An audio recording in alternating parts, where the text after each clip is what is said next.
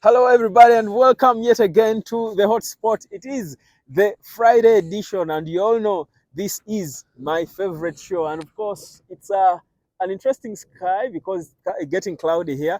It's about to rain, but it's all right. I mean, who doesn't like rain on a Friday going into the weekend? I mean, anyhow, so it is an exciting day today because, guys, from that international break, we welcome back our boys, but it is not going to be home. It is going to be our way to Sheffield United. And, it's an exciting one for me because, first of all, it's been a while. To be honest, I missed this Premier League Man United stress. So let's be real about it. I mean, I know some of you might pretend, just like some of you are pretending like you don't want to subscribe and you're not.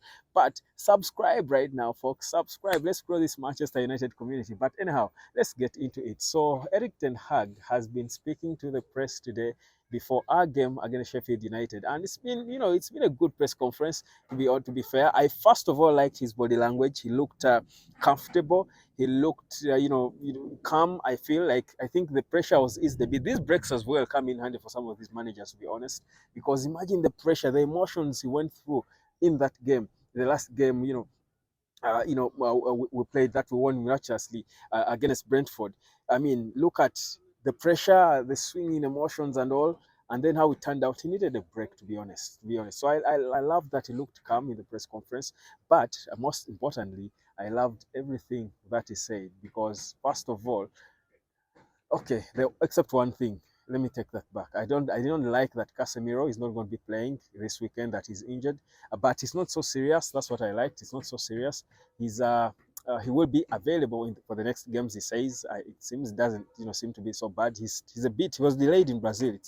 He's not back yet at Carrington. He hasn't joined the Lions in training, but. Yeah, so Casemiro is out, but he's not a serious injury, so that's good. But I also love that because it gives us an opportunity to see Manchester United without Casemiro. Guys, when is the last time you remember a United game without Casemiro, like a big game like this? It's been a while. He's been one of those players who have been there, except when they had, when they had a card. So I feel like it's good. Last time when he wasn't there, we struggled. You remember because he was our most important player in the last season. So when he wasn't there, we certainly struggled. That's why we are always crying for a backup for him because we saw this coming. We saw that these injuries are going to start coming, and they start like this, not serious, and then it becomes a routine. So that's the reality. So we saw this coming, and that's why we are all pushing for who? Say it after me, Sofian Amrabat. Good. So Amrabat is here now. He's fit, and this is an opportunity for him to show us that he is the backup for Casemiro in every sense of the word. This is his opportunity, and Erik Ten Hag has got one simple thing to do: give him the opportunity, hand it over to him because he's fit and he confirmed it. Remember, this also comes with more good news that Sergio Reguilon is back.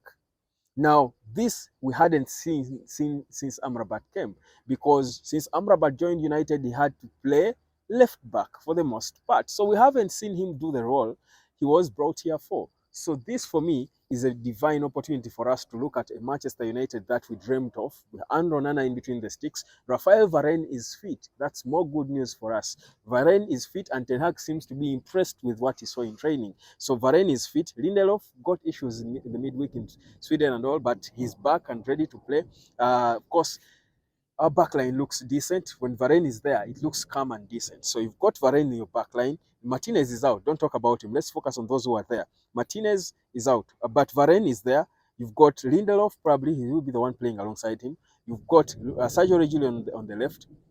I don't care who on the right, of course, Diogo Dalot is the obvious. But Reguilon is back. I feel like that's good. Solid backline we have. In the midfield, you've got Amrabat available there. What is he going to do? There is no Casemiro. There is no him being under, the shadow of Casemiro. He has got to be his own man now. We've got to see it. So Rasmus Højlund had a small knock for Denmark, but he's not injured. He's available. He will play. So there is no excuse for Erik Ten Hag. Guys, if you haven't thought about it, this is an opportunity for Erik Ten Hag to select what he did not have a chance to select for a long time. His first time having the opportunity to probably select almost his first 11, because I think with the exception of Lindelof, who immediately pull out to the bench when Lisandro Martinez is back, I think the rest of the players are, you know, the players we were thinking of. I mean, for the future. Yes, Casemiro would have been there, but he's not there. There's Amrabat, he's backup. So I feel like Ten Hag has got now to get it right. We've questioned some of his selections at times, and it's been clear some of the decisions he's been making. But of course, he had his reasons, injuries and all. But also new players and all. But right now, there's no excuse. You've got all the players, and it seems everyone is fired up, is sacked up. All our players, except Johnny Evans, who had a small injury as well, with his national team, Northern Ireland. But all our players had a good, decent outing in the international break, so they should be buoyant. Ended on a good note in that game where Scott McTominay became Super Scott.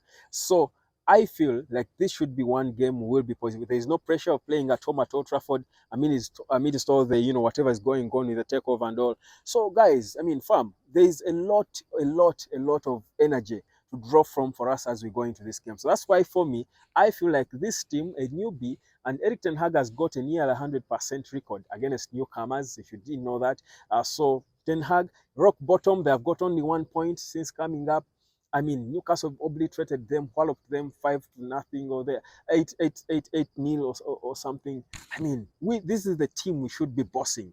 Everything around us, there should be confidence from every player at United. Any player who is thrown out there should be confident to go on and challenge. We've got now to, it's an opportunity for us to bully these small teams that we were bullying before for fun. This is an opportunity for us. Everything around us seems okay, except what's happening off the pitch. And of course, I heard journalists asking Erik Ten Hag.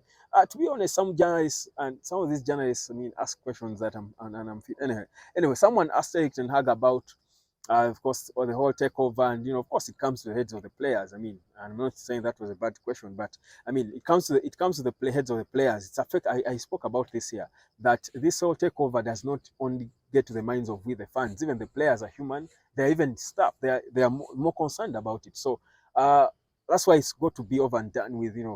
Like as soon as yesterday, because it can't be happening in the season. It affected our transfer. You saw what happened. You can't be seeing the same thing affecting the season. It's bad then, because you've got no time to put things right. This is the worst. It's a marathon, the fastest marathon I think in the history of the world. The Premier League. It is the fastest marathon in the world. Forget about the marathons you see in these whatever. This is the fastest marathon in the world. It's space, it's energy. So you've got no time to waste. They will hit you, they will hit you, they will hit you, and before you know it, United will be fighting relegation. So this takeover, of course, certainly has an impact on the coach, on the manager, rather, the players, and everyone around the club.